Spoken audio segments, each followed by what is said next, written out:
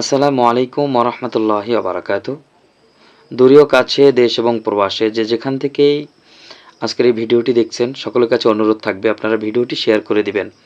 এর কারণ হচ্ছে যে আজকের এই ভিডিওতে আমি একটি গুরুত্বপূর্ণ মাসালা নিয়ে আলোচনা করব ইনশাআল্লাহ। তো সেই মাসালাটি হচ্ছে, অনেকেই জিজ্ঞেস করে থাকেন যে বিতরের নামাজে দোয়ায় কুনুত ছাড়া অন্য কোনো দোয়া পড়া যাবে কিনা।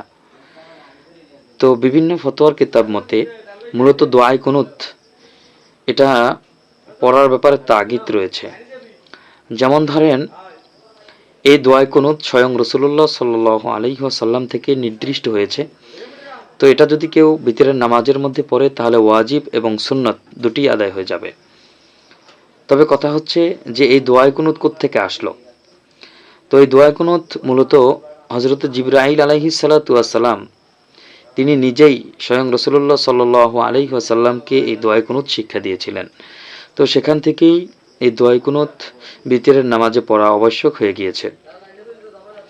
তো অনেকে আবার জিজ্ঞেস করেন যে ভিতরের নামাজের পরে ভিতরের নামাজের মধ্যে দোয়ায় কুনুতের পরে দুরূদ শরীফ পড়া, এটার ব্যাপারে কি বলবেন।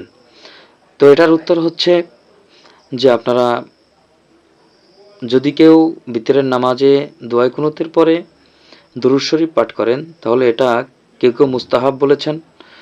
বিভিন্ন ফতোয়ার কিতাবে এসেছে এটা সুন্নত বটে।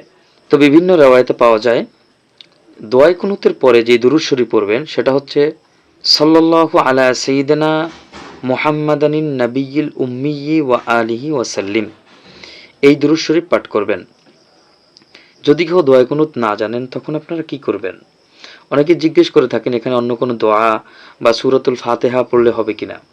তো ব্যাপারটা হচ্ছে যে বিভিন্ন ফতোয়ার কিতাব মতে আপনারা যদি দোয়ায় কুনুত অবশ্যই আপনাদেরকে শিক্ষা করতে হবে।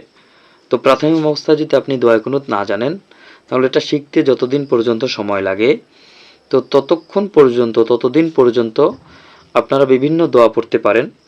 তো সেই দোয়াগুলো হচ্ছে বিভিন্ন কিতাব মতে পাওয়া যায় যে আল্লাহুম্মা গফিরলি অথবা ইয়া রব্বি ইয়া রব্বি ইয়া রব্বি, এরকম 3 বার পড়বেন। এরপরে এটাও যদি না পারেন তাহলে সর্বশেষ বলা হয়েছে রব্বানা আতিনা ফিদ দুনিয়া হাসানাতাও ওয়া ফিল আখিরাতি হাসানাতাও ওয়া কিনা আযাবান নার, এই আয়াতখানি পড়বেন। তো এই হচ্ছে আজকের আলোচনা। আল্লাহ তাআলা আমাদের প্রত্যেককে জেনে শুনে বুঝে আমল করার তৌফিক দান করেন।